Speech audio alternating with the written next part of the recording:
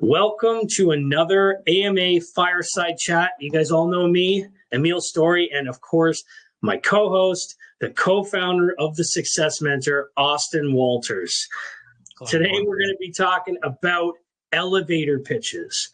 Now, elevator pitches are such an important piece of, honestly, your journey. It's not just about selling in the elevator, but it's really about how do you present yourself in an interview? How do you present yourself when you have 5 minutes to talk to someone right before you give your business card? What's that preloaded response to what do you do for a living? So I'm going to start this off by defining, or we have to define at least the parts of an elevator pitch. And one of the parts of an elevator pitch is to imagine that you only have like 30 to 60 seconds to get it across, right? So here's the thing. In those 30 to 60 seconds, we're going to start with an intro. Obviously, you need to tell the person who you are. Austin, when you're introducing yourself, we know that you're quite adept at launching this elevator pitch. With your intro, is there a special line that you use that sparks interest right off the hop, you'd say? I think when we talk about elevator pitch, I think that first line has to be like, what's like your value proposition? Like, what makes you you? What defines you? Because elevator pitch might be 30 seconds to 60 seconds. I think even 60 seconds might be a bit long because, again, we call it an elevator pitch because the assumption is you're walking into an elevator with someone, you're going up the floors. That's the amount of time that you have. But within the first 5 to 6 seconds, what's that value proposition that you want to get across about yourself? So I'm Austin Walters. I mentor people for a living. Boom. People might think that is the thing. Oh, this is interesting. Like, I haven't heard this before. Like, this is someone interesting. This is what he does. Like, he does mentorship. Like, what does mentorship mean? It can lead to like more thoughts, because what you want is your elevator pitch and that value proposition that's in the first 5 to 6 seconds to spark the idea with that person to say, our conversation might be 30 seconds now, but I want to talk to them again. Like, I'd be willing to have another conversation with this person. Like, this is the value of that value proposition that's in the first 5 to 6 seconds. Emil, what are your thoughts? Yeah, I think you're right on point there. And you know what? A lot of the time people will stop there, right? But that took you what, 5 seconds to say, Austin? We say an elevator pitch is 30 seconds, right? So it starts with an intro. That's number one. And again, we got to break down and define this. So your elevator pitch is going to start with an intro. You're going to follow up with a summary. You're going to hit it with an explanation, and then usually add a call to action on the end there. And it's funny, the most well-known call to action in the elevator is, here's my card, let's connect, or give me your card and we'll connect, right? That's a call to action. That's you're ending the engagement. But to Austin's point, the intro to your elevator pitch needs to grab attention. And you know what? It really does depend on where you are. But if you think about it like this, well, let's play a little game. Austin, why don't you ask me what I do for a living? Emil, tell me about what you do for a living. Oh, I'm a mortgage broker. What's okay. Next? Exactly. It's just like, okay, cool. Next. Let's try that again. Ask me again. Emil, tell me what you do for a living. I spend my time financing businesses specifically. So I give companies money to make sure that they can get their endeavors done. Do you have a business that you run? Now, see the difference? And then it opens up the conversation, right? Yeah. Like, it's such an easy thing to, it's such an easy thing to think about and to develop, but it's a really hard thing to perfect. And this is one of those things where when we're building out and we're thinking about our elevator pitch, again, those 4 components are big. So an introduction, a summary, an explanation, and then a call to action. When we're So another question to answer is where? Where do you use an elevator pitch? Obviously, it's in the name elevator, but it's really not going to be the most commonplace. The most common place for it is probably going to be a networking event or a social gathering. Absolutely. Let me ask you, Austin. So when interviewing, we talk a lot about interviewing here because I think it's an important skill to have. And I mean, even if let's say you're a salesperson and you're selling a product to somebody, effectively you're interviewing with that particular client. So it's important to know that when we say interviewing, we don't just mean, interviewing for a job or what have you. So, Austin, let me ask you, because you're kind of the resident expert on this subject. When you're interviewing for a job, what would be maybe a tweak or a difference, or how would you develop your elevator pitch accordingly? I would say, like, when you're interviewing for a position, you would not, obviously, you're not going to hand your business card in the first 30 seconds of the interview. The interview is going to last 30 minutes, an hour, depending on the interview itself. But I do think the elevator pitch at the beginning of the conversation with a recruiter, with a hiring manager, is important, because within the first 30 seconds to a minute, the person does decide whether they like you or not, right? So it's important, because we talk about competency, right? Landing a job, foundationally, you have to be competent. You have to be able to do the job. You have to have the background, the education, like, you have to be able to do the job. But the big part, and the assumption is, most people, or at least the top candidates, can do the job. So having an elevator pitch that really comes across from a likability standpoint, from a capturing attention standpoint, from a, oh, this person's interesting, like, I want to continue speaking to them, because you don't just want your interview to come across as, I can do the job, but you want the person to remember you and to like you, because that person then becomes the advocate for you internally, for you to be able to get the job. So when Emil talks about, explaining who you are, explaining what you do is not a job. We talk about this all the time, that you are not your job. You're a full and wholesome individual. Like, that is who you are as a person. So when you describe what you do for a living, what is beyond the actual role itself of, this is my job X. It is, what do you actually do? What do you perform? What's your differentiator, right? And again, whether it be elevator pitch or interview, you can get that across in 30 to 60 seconds. And again, before an interview starts, it's always nice to kind of talk about these things, because you're building rapport before you actually jump into the formalized interview questions. But, like, that's what you want to come across. You want to come across personality. Like, who are you? What makes you the individual that you are? What value do you bring? Because the other thing that we talk about a lot, and that I very much like, is people don't just hire for the role. They're hiring individuals that they can see grow at the organization. They are growing citizens of the organization.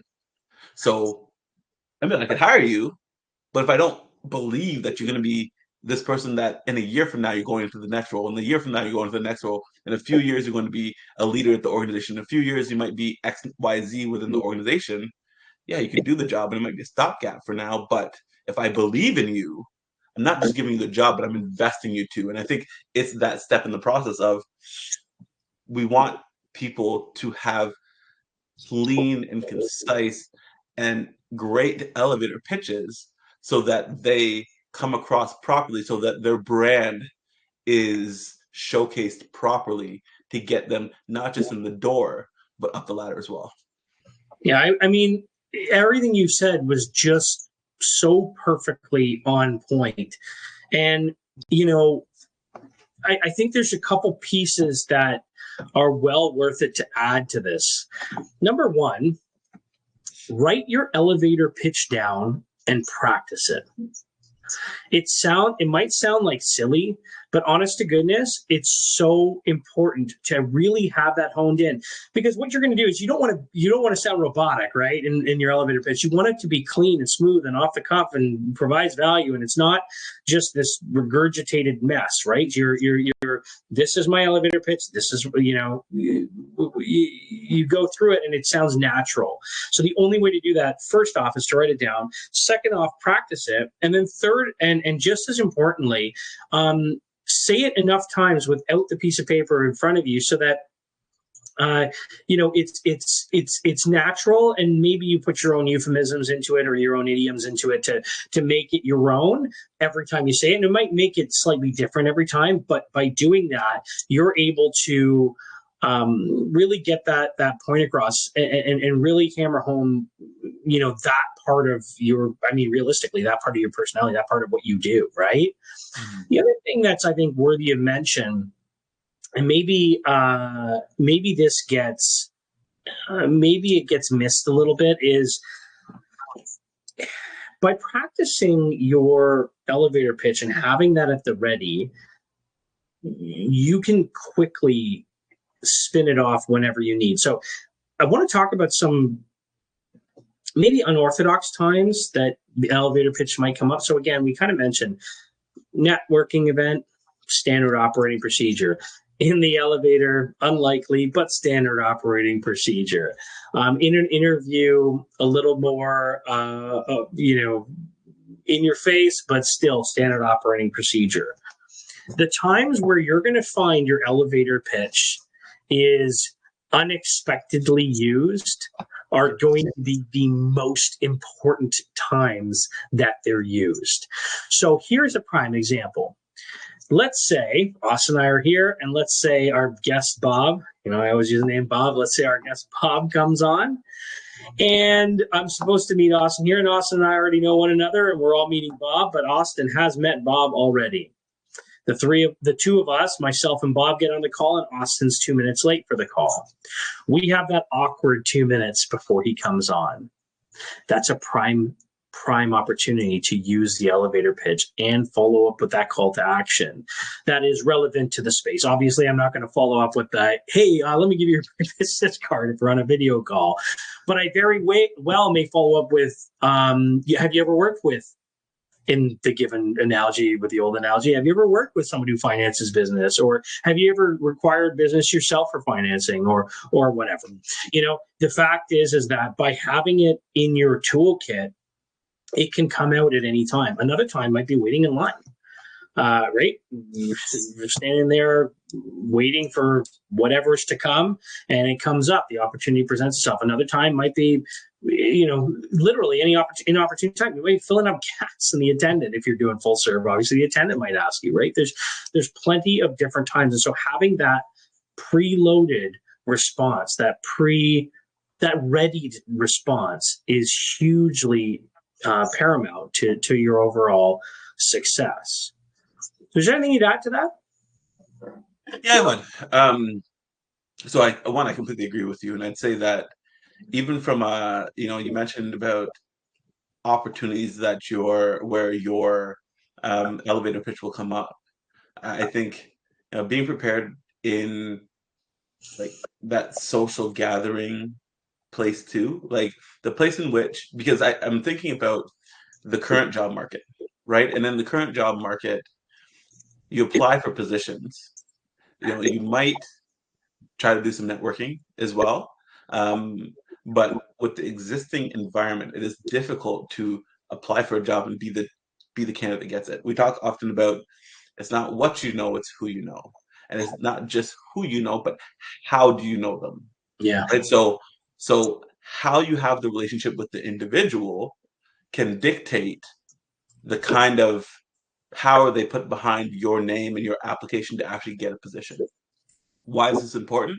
Well, it's important because in these social gatherings and as you meet people organically, these are opportunities for you and your brand to come across. And again, I'm not telling you to hard sell everyone that you're at your family reunion or anything. That's not what I'm saying.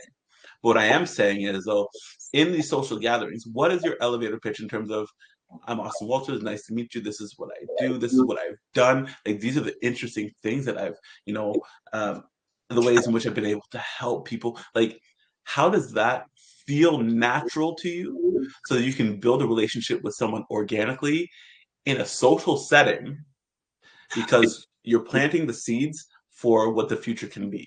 People often ask myself, they ask Emil, how have we built these extensive networks of people? Like, we have extensive networks, whether it be on social media, within the Rolodex, whatever the case may be. We have extensive networks of people, and I tell them that it happens organically. You meet someone, you have a great rapport with them, you get their contact information, they get yours, they may add you to social media, and you're building this network, and then you don't know how that network's going to be leveraged in the future. Again, you might see a role at the firm that they work at and say, hey, listen, Bob, um, you know a lot about me in terms of what I've done and what I do. Like, I'm very interested in what this is. Like, let's have a conversation. That gets you in the door and puts you above other potential candidates. So when we talk about be prepared with this elevator pitch as part of potentially social gatherings, you're building deeper relationships. Because from a relationship standpoint, look at the hierarchy. At the bottom is you don't have a relationship with someone, you're cold reaching out. You may be extremely qualified, but you're cold reaching out. Next up could be a referral, like you're being referred by someone. So the person doesn't know you, but you're being referred by someone. It's good and it's better than cold, but it's not the best. And then next up from that is you have a professional relationship. The person has seen you in action and they think that you're outstanding. And then beyond that, the person has a personal relationship with you. So they are invested in your success, right? So they know your capabilities at work. They're invested in your success. So they're going to do everything that they can to ensure that you're the successful candidate. Again, how does elevator pitch lead into that? Well, you get to that point by building organic relationships, and you have to be ready to be able to put yourself out there. And how do you put yourself out there? Being ready to have that conversation, have a good tight elevator pitch that's going to lead to relationships being built organically. And the other piece of the puzzle here too, just to, it really is the spark. The elevator pitch really is the spark that lights the flame. I'm going to double down on that in a second, but before I do, I just want to mention, don't forget, you can throw questions in the chat box in the bottom. Feel free to throw them up. We'd love to answer them. If you haven't come across, we're here to help. As it pertains to the elevator pitch, it's not just for your networking events or for the first time you meet somebody or for your coffee meetings or for those time in between, when you're standing in line or whatever, or those moments that you're not expecting. There's another really, really big piece where you can use your elevator pitch and you can use it repeatedly. And it's especially profound if you're an entrepreneur or, you're looking to network, and that is online. Okay. So here's the thing is, again, I'm going to go back and just going to summarize. I want to summarize those 4 pieces. It's really, really important. First is an intro, then is an explanation, then is a summary, and the last is a call to action. If you look at a lot of social media marketing, those 4 pieces are included in a lot of those marketing pieces. Okay, right? So if you're doing an ad for a product, or if you're, I don't know, doing an ad for yourself in your business and you're trying to promote yourself and get yourself further ahead, then quite frankly, this is using the same format, building out the same elevator pitch is a really good way to do that. And moreover, it's like, I kind of go back to what I was saying about writing it down and practicing and the like. You almost want several elevator pitches. You almost want several options that you can use if necessary. And really, I shouldn't say just if necessary, but I can say, if so that you can do different social media posts or different pieces of the puzzle or different angles. You can promote yourself in different angles. The other thing is, so again, those breaking it down for marketing is huge. The other piece is there are some tips that I want to get across with respect to networking events specifically, especially since we have one coming up at the end of this month. First and foremost, and this might be an unknown fact, I don't know if our viewers know, but it's generally, in Canada at the very least, it's generally frowned upon to ask somebody directly what they do for a living. Of course, it's okay in some places, but at the end of the day, it does generally make someone uncomfortable if you're like, "Hey, what do you do for a living?" They're like, unless they have a practiced elevator pitch, in which case they love it, right? The reason I bring this up is because, as you know already, Austin, of course, at a networking event, it's expected that you're going to ask what the person does for a living. So if you meet someone, you shake hands, and you're like, "Hi, I'm Emil Story. Nice to meet you. What do you do?" That's actually expected. So if you haven't already got your elevator pitch, set up, I think our event's in literally 3 weeks today, or 3 weeks tomorrow, is it? Anyway, we can check the calendar. The fact is that you got about 3 weeks to get it sorted so that you can be the most effective you can be at said networking event. Let me ask you something. Mm-hmm. We talked a lot about elevator pitches. We've talked a lot about the components of. I love to talk about kind of do's and don'ts, right? Because maybe someone that's watching this thinks that they have a phenomenal elevator pitch, right? But I think that there's certain things that you do, and there's certain things that you don't do in an elevator pitch. So I mean, let's jump into that a little bit in terms of what are best practices and what are practices to avoid. Yeah, so I think we really have covered a lot of the do's, right? Breaking it down into four aspects of it: the do practice it, do perfect it, do try different elevator pitches out, do spend some time on this. The don'ts are a little more. They okay. Don't have too long an elevator pitch. All right. This is really, really simple. If you and it really pertains to human interaction. If you're meeting somebody, especially for the first time, but really anytime, you want to give them a chance to speak. Right? It's not all about you. And so it's really, really important to note that if your elevator pitch is too long, you're likely to lose your audience.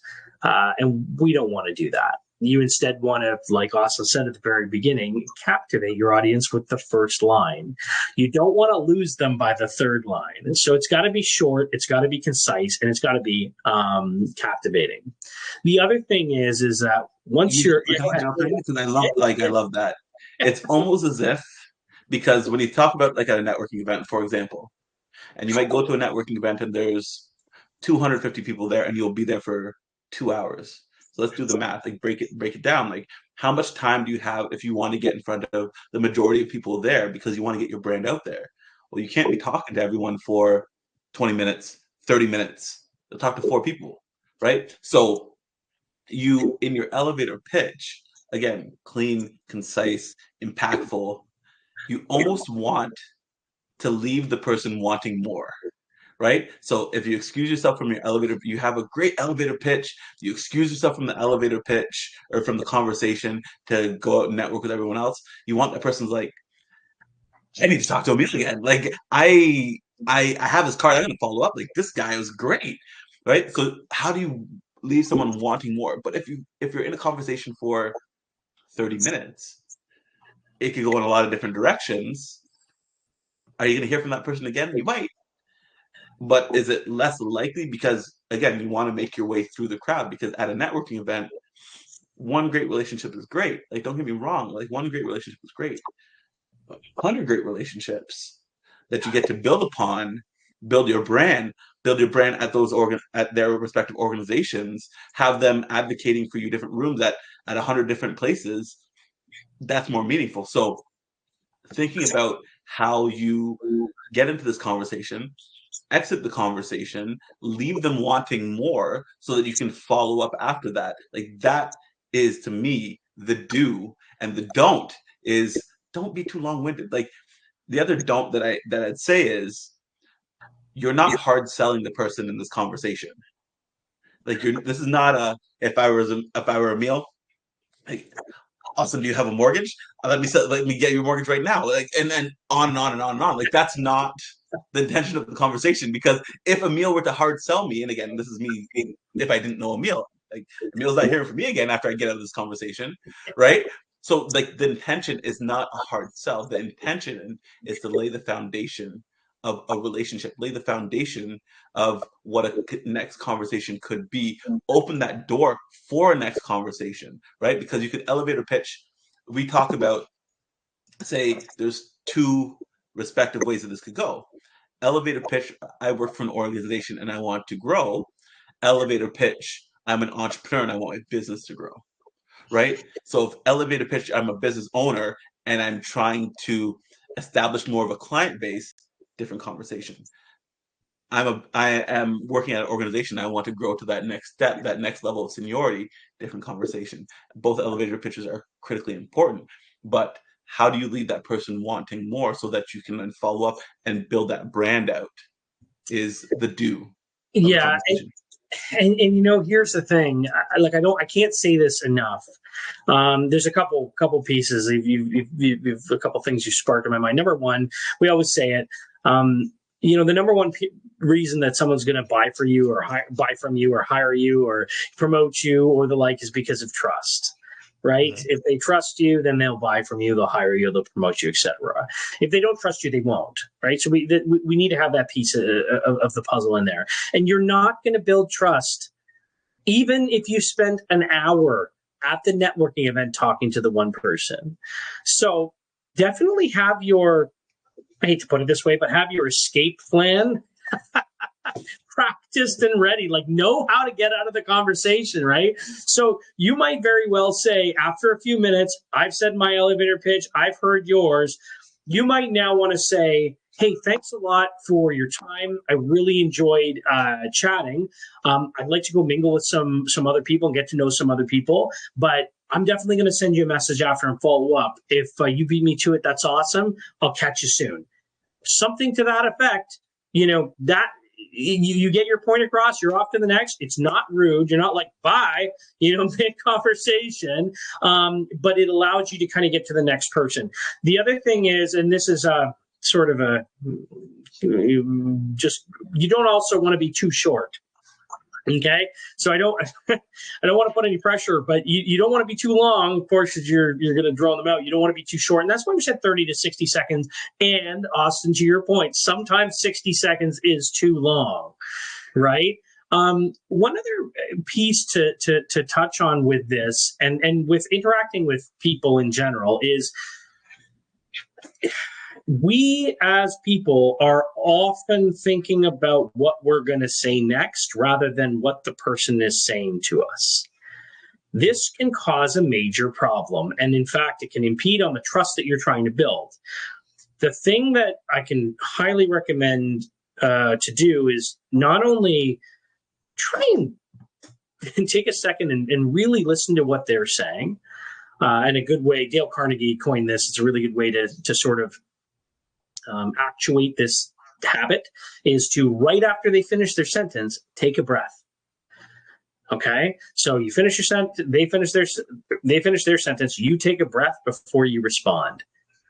And it's really interesting because in that nanosecond or split second, oftentimes they're like, people will go to fill it. Heck, I do it. And people will go to fill that nanosecond of silence with more, until they realize that you're waiting. The other thing you can do, the second thing that you can do, especially when networking with people, when meeting people, when after you've delivered your elevator pitch, that next trust building step, if you want to call it, is ask questions. Ask questions about them. Show genuine interest in them. And just to get granular on this for a second, what questions are generally the best questions? So if you said, hey, did you see the Toronto Maple Leafs last night? That's a how question. It starts with how. the response is going to be yes or no. Yeah, it was great. No, it was bad. Probably no, it was bad. Toronto Maple Leafs, unfortunately. However, if I said, what do you think of Austin Matthews' performance last night? Your response is going to be much more robust. It's going to come out much more. You have much more to say about it. So a what question is a great way to do it. Listen, I just want to land the plane one more time.